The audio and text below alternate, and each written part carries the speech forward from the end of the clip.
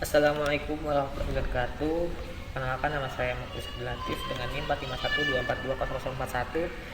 Saya akan sedikit menjelaskan mengenai unsur non-logam pada fosfor dan selenium.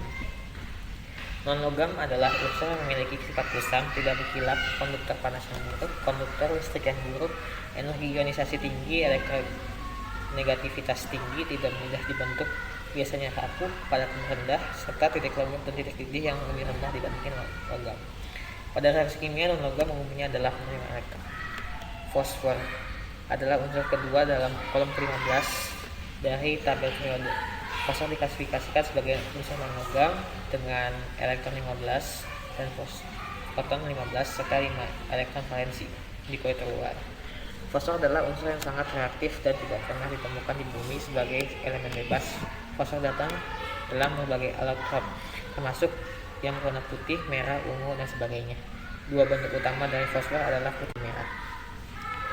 Berikut adalah beberapa kegunaannya, yaitu sebagai bahan utama pembuatan pupuk, terus sebagai pestisida dan korek api untuk fosfor merah, dan aplikasi lainnya yaitu sebagai baking powder, penumbuh paduan fosfor, pemadam api, dan LED. Fosfor merupakan hal penting bagi manusia, terutama pada DNA molekul, yaitu pada gigi dan tulang. Kita mendapatkan fosfor dari makanan seperti kacang-kacangan, biji-bijian, telur, ikan, susu, dan ayam. Fakta menarik tentang fosfor yaitu fosfor putih bila terkena tangan atau kulit akan menyebabkan luka bakar. Siklus fosfor terdapat juga dan tidak kalah penting dengan siklus lainnya bagi tumbuhan dan hewan. Fosfor hitam terlihat seperti bubuk grafit dan dapat menghasilkan listrik walaupun bukan termasuk dalam logam. Mayoritas batuan fosfat yang ditambang di Amerika Serikat berasal dari Florida dan North Carolina. Selenium adalah suatu unsur kimia dalam tabel periodik yang memiliki lambang Se dan atom 34. Elemen ini ditemukan oleh John Jacob pada tahun 1817. Nama ini diambil dari kata selene yang berarti bulan. Rata-rata penggunaan selenium adalah untuk campuran kaca. Beberapa senyawa selenium menghilangkan warna di kaca, sementara yang lain memberikan warna merah. Selenium juga dapat digunakan untuk mengurangi sinar matahari yang tembus ke kaca yang menyebabkan tembaga. Selenium terkadang digunakan sebagai pigmen pada cat, keramik, dan stick. Sifat selenium. Sifat dari selenium: titik lelehnya 217 Celcius, titik didihnya 688 Celcius, densitas adalah 4,79 gram per cm kubik, menghantarkan listrik dengan baik. Sifat kimia dari unsur selenium: mudah terbakar, tidak bereaksi dengan air, larut dalam asam nitrat, dan larut dalam basa kuat. Mungkin hanya itu yang bisa saya sampaikan. Wassalamualaikum warahmatullahi wabarakatuh. Assalamualaikum warahmatullahi wabarakatuh. Selamat siang. Saya Alfia Rahmadiyah, NIM 45124200044. Sini saya akan menjelaskan tentang unsur hidrogen dan silikon. Hidrogen, atau bisa disebut juga zat air, adalah unsur yang terindang. Hidrogen juga adalah unsur paling melimpah dengan presentasi kira-kira 75% dari total massa unsur alam semesta. Sifat kimia hidrogen sangatlah larut dalam berbagai senyawa yang terdiri dari logam tanah nadir dan logam transisi dan dapat dilarutkan dalam logam kristal maupun logam amorf. Pada suhu dan tekanan standar, hidrogen tidak berwarna, tidak berbau, bersifat non-logam, bervaliansi tunggal, dan merupakan gas atomik yang sangat mudah terbakar. Untuk silikon, senyawa yang dibentuk bersifat paramagnetik. Silikon berbentuk padat pada suhu ruangan dengan titik lebur dan titik didih masing-masing 1400 derajat dan 2800 derajat Celcius. Silikon mempunyai massa jenis yang lebih besar ketika dalam bentuk cair dibandingkan dalam bentuk padat.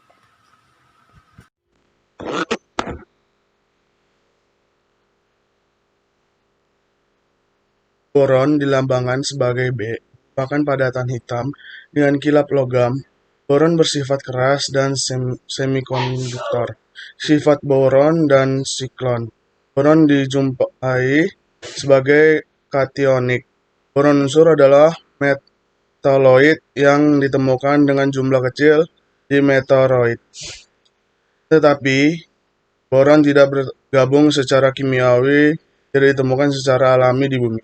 Secara intrusi boron yang sangat murni diproduksi dengan sesuai payah karena kontaminasi tahan api oleh karbon dan elemen lainnya. Beberapa boron ada boron atmofen dan adalah bentuk coklat kristal boron berwarna keperakan sampai hitam yang sangat keras sekitar 9,5 pada skala Mohs. Yang kedua, hidrogen. Dilambangkan sebagai H merupakan unsur kimia yang paling ringan yang hanya memiliki berat atom sekitar 1008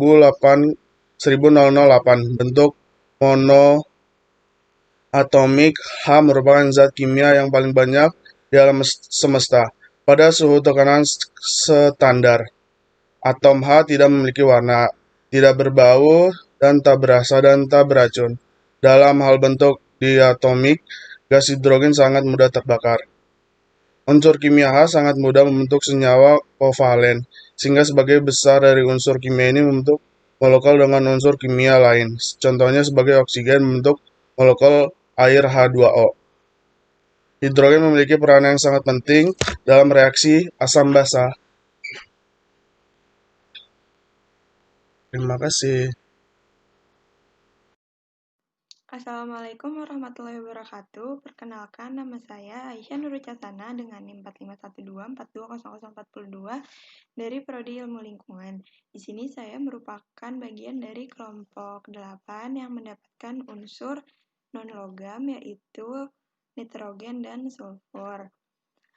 Nitrogen merupakan gas tidak berwarna, tidak berbau, tidak berasa, dan sebagian besar merupakan gas diatomik. Nitrogen mempunyai titik didih minus 195,8 derajat Celcius dan titik lebur minus 210 derajat Celcius.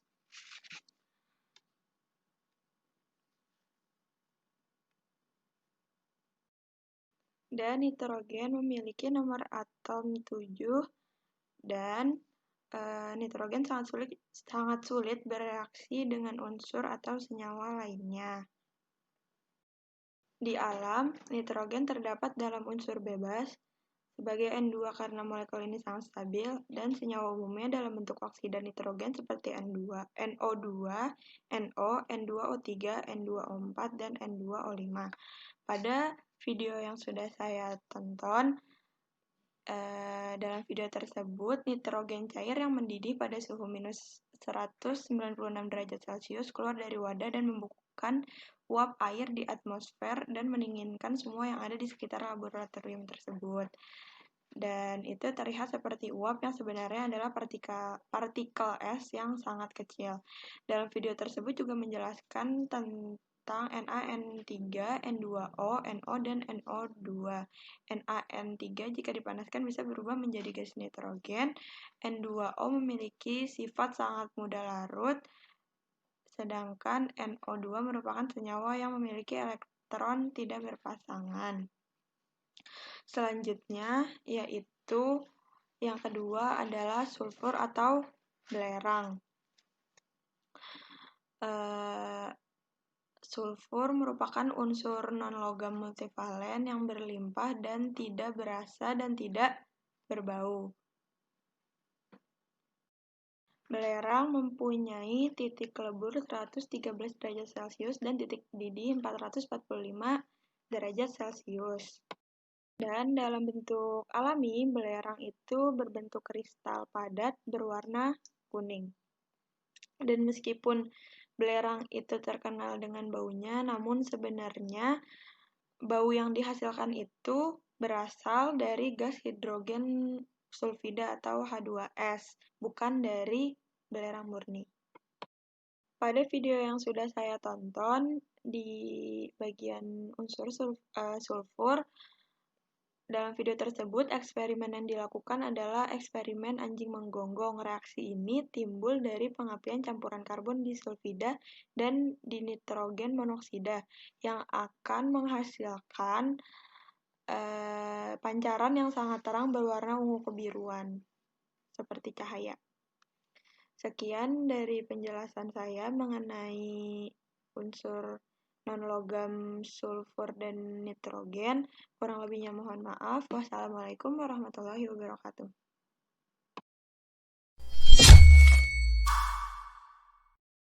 Oke, di sini saya akan sedikit menjelaskan tentang oksigen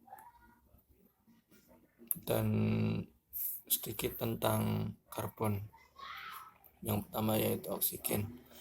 Oksigen merupakan unsur kimia ketiga yang paling melimpah di bumi. Oksigen kerap dinyawakan dengan senyawa gas diatomik dengan unsur O2 tidak berwarna, tidak berasa, dan tidak berbau. Gas oksigen diatomik mengisi 20,9% dalam keadaan biasa.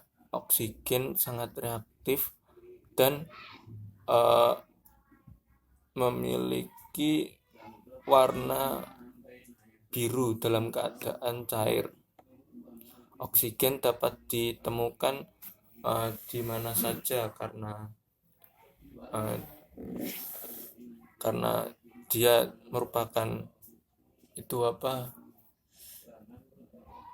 merupakan salah satu kebutuhan manusia. Kemudian yang kedua adalah karbon. Karbon adalah salah satu unsur atau senyawa yang dapat ditemui dalam kehidupan sehari-hari. Karbon dapat berikatan dengan sangat panjang dengan bentuk seperti hidrokarbon.